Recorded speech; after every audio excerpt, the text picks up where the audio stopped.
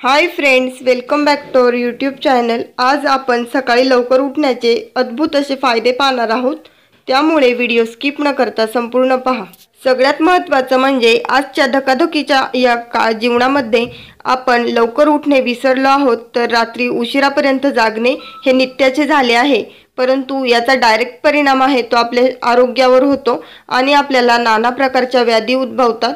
यासाठी आज आपण सकाळी लवकर का उठायला हवे, लवकर उठल्यामुळे आपल्याला त्यापासून काय काय फायदे होणार आहेत आणि लवकर म्हणजे नक्की किती वाजता उठायला हवे आणि किती वाजता झोपायला हवे याची योग्य वेळ काय असेल हे पाहणार आहोत। चला तर मग व्हिडिओला लगेचच सुरुवात करूयात। असे म्हणले जाते की मनुष्य जातीला कमीत कमी 6 तास व जास्तीत जास्त 8 तास ही झोप आवश्यक असते। जशी आपल्या शरीराला पाण्याची आवश्यकता असते, त्याचप्रमाणे संतुलित आहाराची आवश्यकता असते, त्याचप्रमाणे आपल्याला विश्रांती ही तितकीच गरजेची असते। आपल्या शरीरातील पित्त, वात आणि कफ जर आपल्याला बॅलन्स करायचा असेल तर आपल्याला पुरेशी विश्रांती गरजेची आहे। आता सगळ्यात पहिलं पाहूयात की रात्री जास्तीत जास्त किती उशिरापर्यंत झोपायला हवं आणि सकाळी लवकरात लवकर किती उठायला हवं। तर सगळ्यात महत्त्वाचं म्हणजे रात्री 10च्या आसपास किंवा 10च्या आतमध्येच आपण आपली नित्याची जी काही सगळी कामं आहेत ती उरकून झोपायलाच हवं। आणि जर हिशोब केला 6 ते 8 तासांमध्ये इंटरमिजिएट 7 तास आहेत, जे पुरेसे आहेत आपल्याला। त्यामुळे पहाटे 5 वाजता उठणे आपल्याला शरीराला अगदी लाभदायक असते। आता सगळ्यात महत्त्वाचं म्हणजे झोपताना आपण कसं झोपलं पाहिजे, तर आपण झोपताना डाव्या कुशीवर झोपायचं आहे, जेणेकरून आपल्या हृदयावर जोर येणार नाही। कारण आपण खूपदा चुकीच्या पद्धतीने झोपतो, एकतर पालथं किंवा सरळ किंवा उजव्या कुशीवर, आणि मग आपल्याला जे काही हृदयावरती जो जास्तीचा ताण आहे तो येतो आणि मग आपल्याला हृदयासंबंधीचे विकार जडतात। त्याचप्रमाणे झोपताना आपण उशीचा वापर देखील करायला हवा, परंतु उशी ही आपल्या मानेच्या हिशोबाने घ्यायची आहे। कारण जर उशीची घेण्याची पद्धत चुकली तर आपल्या स्पायनल कॉर्डला देखील इंजुरी होण्याची शक्यता असते। त्यामुळे आपण आपली उशी ही आपल्या हिशोबाने निवडायची आहे।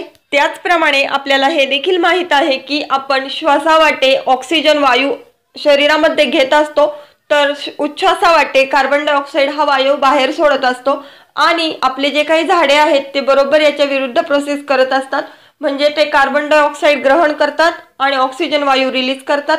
यामुळेच आपल्याला आपली जी काही रेस्पिरेटरी सिस्टीम आहे ही बॅलन्स होत असते आणि जो काही ऑक्सिजन मिळण्याचा जास्त वेळ आहे ती पहाटेची असते। त्यामुळे जर का आपण सकाळी लवकर उठलो तर जो काही दिवसभरासाठी लागणारा ऑक्सिजन आहे आणि जो आपल्या गरजेचा ऑक्सिजन आहे तो आपल्यालाच पहाटेच भेटू शकतो। आणि यामुळे जर आपण लवकर उठलो तर आपला जो संबंध दिवस आहे पूर्ण तो आपल्याला एकदम एन्थुजियास्टिक किंवा एनर्जेटिक असा वाटू शकतो।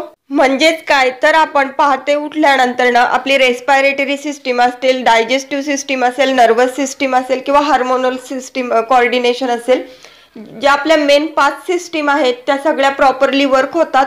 यामुळेच आपण योग्य वेळेवर झोपायला हवे, योग्य वेळेवर उठायला हवे आणि जे काही आराम आहे शरीराला तो द्यायलाच हवाय।